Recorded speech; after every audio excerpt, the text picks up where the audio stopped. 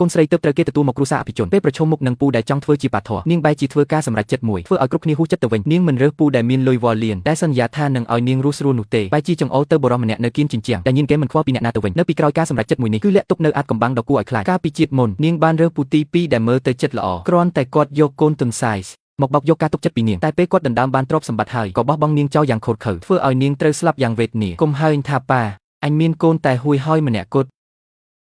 មុនពេលស្លាប់ទើបនាងដឹងខ្លួនថានាងគ្រាន់តែជាកូនអុកមួយគ្រាប់សម្រាប់ឲ្យពូទី2ដណ្ដើមអំណាចប៉ុណ្ណោះចំណែកឯពូដែលនាងមិនដែលមើលមុខហើយអ្នកគ្រប់គ្នាចាត់ទុកថាជាសម្រាមបែរជាមនុស្សតែម្នាក់គត់ដែលឲ្យភាពកក់ក្ដៅដល់នាងនៅពេលដែលនាងអស់សង្ឃឹមគួរឲ្យសោកស្ដាយណាស់ពូម្នាក់នោះក៏រត់មិនរួចពីកណ្ដាប់ដៃពូទី2ដែរហើយត្រូវស្លាប់ជាមួយនាងយ៉ាងកំសត់តែមួយវិនាទីបន្ទាប់ព្រោះមលិខិតក៏ឲ្យឱកាសនាងរស់ម្ដងទៀតពេលនាងបើកភ្នែកឡើងក៏ដឹងថាខ្លួនឯងត្រឡប់មកថ្ងៃរើសប៉ាម្ដងទៀតលើកាំងមើលធ្លុះមុខមាត់ពិតរបស់មនុស្សគ្រប់គ្នាពេលឃើញកាដូថ្លៃរបស់ពូគ្រឿងអលង្ការតម្លៃរាប់លាននិងសម្លៀកបំពាក់ប្រេងជាច្រើននាងក៏បដិសេធទាំងអស់ដោយមិនខ្វល់ពេលពូទី2ប្រើល្បិចដដែលយកកូនទុនសាយនោះមកទៀតក្នុងភ្នែកនាងមានតែការស្អប់ខ្ពើមប៉ុណ្ណោះនាងបានដាសម្ដៅទៅរកពូដែលកំពុងចាញ់ហ្គេមហើយកំពុងជាឡូឡានោះយ៉ាងម៉ឺងម៉ាត់រួចប្រកាសថាយកគាត់ធ្វើជាប៉ាគ្រប់គ្នាគិតថានាងឈួតហើយលោកតាក៏ប្រាប់ឲ្យនាងគិតឡើងវិញឯសាមីខ្លួនឯងវិញក៏ប្រកែកញាប់មាត់ហើយប្រាប់ថាគាត់ស្អប់ក្មេងណាស់តែនាងមានគម្រោងក្នុងចិត្តរួចហើយនាងត្រូវតែជួយគាត់ឲ្យយករបស់គាត់មកវិញពេលឃើញគាត់បដិសេធនាងគ្រាន់តែញឹមចុងមាត់រួចក៏វិភាគការចាញ់ហ្គេមរបស់គាត់អំបញ្ញមិញចង្អុលចំពីកំហុសដែលធ្វើឲ្យគាត់ចាញ់ថែមទាំងប្រាប់តិចនិកលេងកម្រិតប្រូទៀតផងសម្ដីប៉ុន្មានម៉ាត់នេះធ្វើឲ្យគាត់លាន់មាត់សរសើរ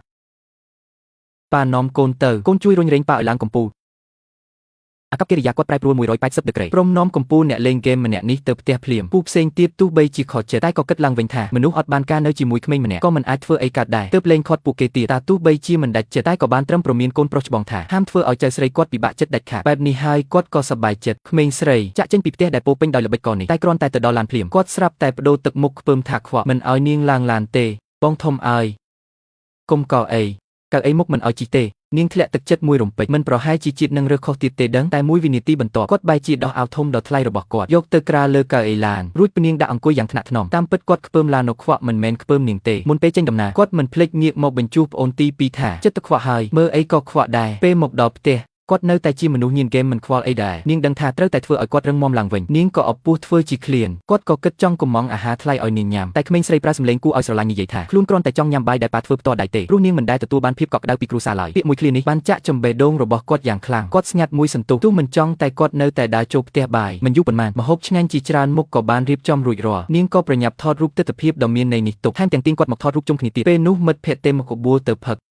គាត់រៀបនឹងក្រោកទៅហើយតែញាក់ទៅឃើញនាងអង្គុយអោបជង្គង់នៅគៀនជញ្ជាំងនាងនិយាយបែបកំសត់គួរឲ្យអាណិតថាខ្លួនឯងទម្លាប់នៅម្នាក់ឯងបាត់ទៅហើយបេះដូងគាត់ដូចត្រូវគេវាយមួយទំហឹងនេះជាលើកទី1ហើយដែលគាត់បដិសេធមិត្តភក្តិដោយសារតែក្មេងម្នាក់រួចប្រាប់នាងយ៉ាងម៉ឺងម៉ាត់ថាហឹកស៊ីសំខាន់យ៉ាងណាក៏មិនស្មើកូនស្រីដែរនាងសប្បាយចិត្តក៏ថើបថ្ពាល់គាត់មួយខ្សឺគាត់ទទួលបានក្តីសុខដែលមិនធ្លាប់មានពីមុនមករូបថតម្ហូបដែលនាងផុសក្នុង Facebook មិនយូរប៉ុន្មានក៏ត្រូវលោកតាឃើញលោកតាក៏ញឹមបិទមាត់មិនចិត្តត្រេកអរដែលកូនប្រុសអត់បានការម្នាក់នេះដូចជាចាប់ផ្ដើមកែប្រែខ្លួនមែនស្របពេលជាមួយគ្នានោះពូទី2ក៏បានឃើញរូបភាពនេះដែរក្នុងចិត្តគាត់ចាប់ផ្ដើមភ័យបន្តិចគាត់ដឹងច្បាស់ណាស់ថាបងធំគឺជាអ្នកស្នងមរតកដែលប៉ាពេញចិត្តបំផុតបើគុំតែគាត់ប្រើល្បិចការពីមុននោះតំណែងមេគ្រួសារច្បាស់ជាធ្លាក់លើបងធំបាត់ហើយគាត់ដាច់ខាតមិនអាចឲ្យបងធំយកក្មេងម្នាក់នេះមកយកការទុកចិត្តពីប៉ាវិញបានទេពេលនេះគម្រោងការដ៏អាក្រក់មួយបានផុសឡើងគាត់ត្រូវតែធ្វើឲ្យបងធំវិនាសនៅក្នុងកម្មវិធីជប់លៀង3ថ្ងៃក្រោយថ្ងៃកម្មវិធីមកដល់គាត់និងក្មេងស្រីបានមកដល់យឺតក៏ត្រូវប្អូនស្ដីបន្ទោសភ្លាមគាត់ខ្ជិលនឹងបកស្រាយពេលនោះនាងក៏ចេញមុខការពីគាត់ថាណាណាប៉ូឡានប៉ាដំបើមើលថៃខ្ញុំទើបបើកយឺតបែបនេះបើចង់បន្ទោសណាណាមកហាមស្ដីឲ្យប៉ាតើវាអញ្ចឹងមែនទេ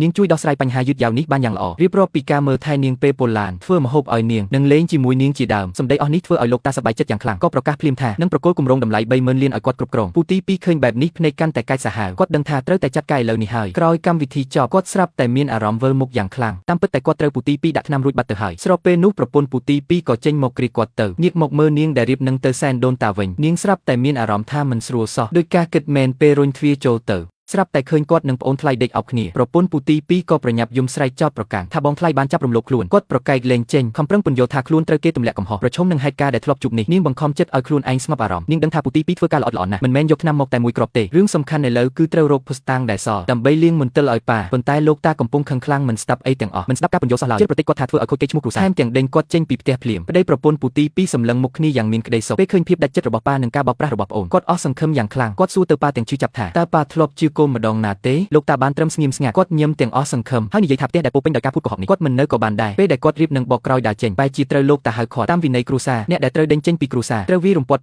81រំពាត់សិនទើបអាចទៅបានឯងមិនទាន់ទទួលទោសទេ គាត់បិទភ្នែកទទួលរងទោសដោយឥតរញរារំពាត់វាចុះមកលើខ្លួនគាត់ម្ដងមួយនាងជឿចាប់ដូចគេយកកាំបិតចាក់បេះដូងតែនៅខំប្រឹងរកភស្តុតាងដដែលស្រាប់តែនាងសង្កេតឃើញថាក្នុងហោប៉ៅកូនស្រីពូទីពីរដូចជាមានលក្ខអីនាងក៏នឹកឃើញគំនិតមួយធ្វើជាទៅស្និទ្ធស្នាលសុំស្ករគ្រាប់នាងញ៉ាំដោយការគិតមែនគ្រាន់តែបើកប្រអប់ស្ករភ្លាមភ្នែកនាងបើកធំតែម្ដងក្នុងនោះគឺមានរំថ្នាំដែលនៅសល់នាងក៏លើកភស្តុតាងឡើងហើយស្រែកហៅលោកតានេះជារបស់អីទៅលោកតា